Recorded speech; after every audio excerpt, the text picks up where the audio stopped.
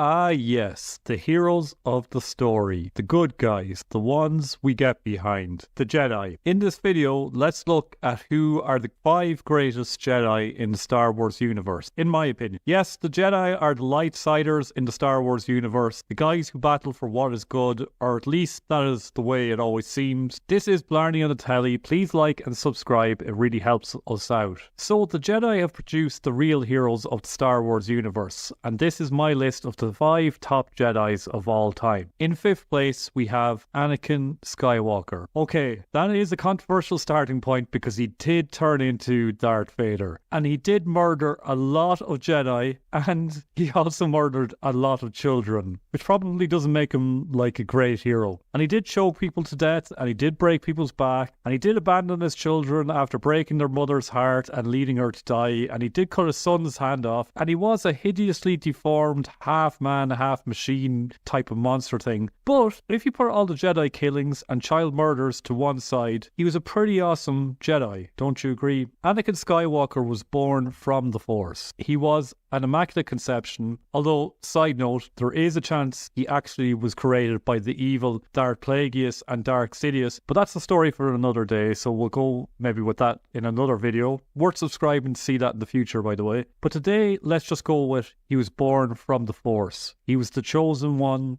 He was an incredibly skilled duelist and manipulator of the Force, and he was a hero during the time of the Clone Wars. And by the way, if you haven't watched the cartoon story of the Clone Wars, do it. Do it now. Do it. The Clone Wars cartoons display Anakin in his greatest peak, and they fill out his backstory perfectly. And yes, he was manipulated by Palpatine. He turned completely evil and crazy, but he eventually had a redemption arc, and he rescued his son and killed Palpatine in the end. And he died as Anakin Skywalker and not Darth Vader. But let's face it, there's no denying he was a bit of a bastard. In 4th place, I'm picking Mace Windu. So Sam Jackson's character was as badass as you can get. Firstly, he had a purple lightsaber, and he was the only person who had this color saber, so that was pretty fucking cool. He was also able to channel the dark side and use it in his lightsaber duels, and he was able to do something that I believe was called Shatterpoint. I may be getting the name of that wrong, but I refuse to look it up because then I will have to admit to myself that I am just a complete nerd. But anyway, his skill in channeling the dark side meant that he could use someone's dark side energy against them and kind of loop it back on them or something like that. I don't really know, to be honest. But anyway,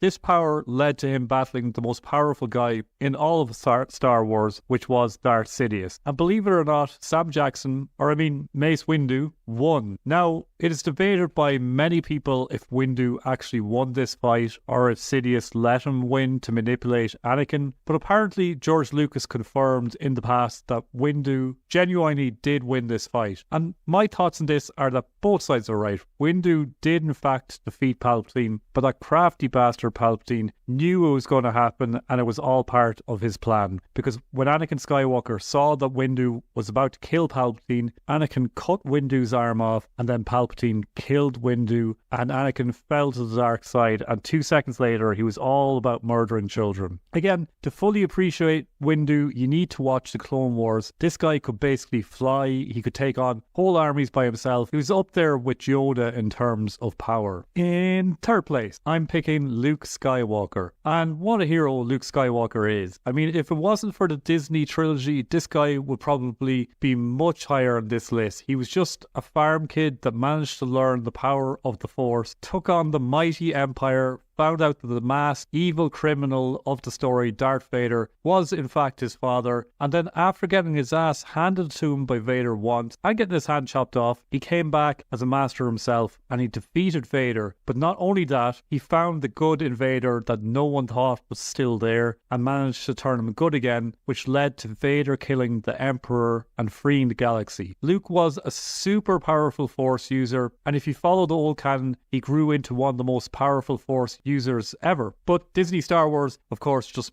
pissed all over that and turned him into a pathetic old guy that drank milk from an alien's tit until he eventually died alone on a rock. Thank you, Disney. Thank you so fucking much. In second place, I'm going to go for what I think is probably the most underrated character in the whole of Star Wars. Yes, I'm picking Obi-Wan Kenobi, or Ben Kenobi to his friends. Obi-Wan Kenobi first appeared on our screens as the old man who trained Luke Skywalker and brought him on his first adventure. Not long after, Obi-Wan was killed by Darth Vader and he was just a ghost in the series afterwards. Obi-Wan is always displayed as one of the less talented Jedi and someone who has to work hard to keep up with the other elite Jedi like Anakin Skywalker, Count Dooku or Mace Windu. Not only did we see him killed by Darth Vader, we also saw him easily defeated by Dooku twice and constantly overshadowed and needing to get saved by Anakin. So there's definitely signs there that he's not the most powerful Jedi, and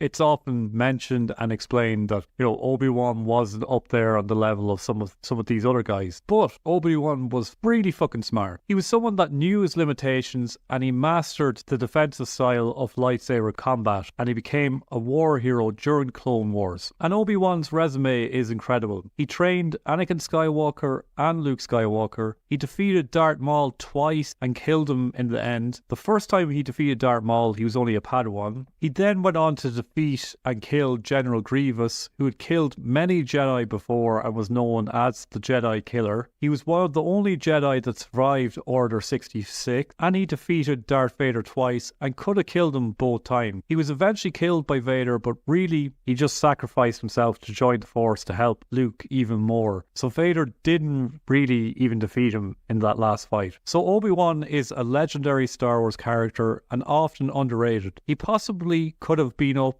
at number one, but if there wasn't a super obvious choice for that position. And I'd love to go all Rian Johnson here and subvert expectations, but in number one place, I'm just picking someone who probably everyone will pick as their number one Jedi. It is a really obvious choice, and I don't think anyone could pick a different greatest Jedi. Yes, I'm going for Yoda in number one position. The little green 800-year-old fella. The wisest and most skilled character in all of Star Wars. We first met Yoda in the coolest way possible back in The Empire Strikes Back. At the time, Luke had just lost his master Obi-Wan, and Obi-Wan's ghost appeared to Luke and told him that he must seek out the Jedi who trained him. Luke travels to a planet to find this mysterious Jedi called Yoda, and I think, like many people, I expected Luke to find this super powerful, tall, muscular, imposing figure on this planet. But when Luke got there, he couldn't find anyone. He got trapped on the planet, and then this clumsy, irritating little green creature turned up.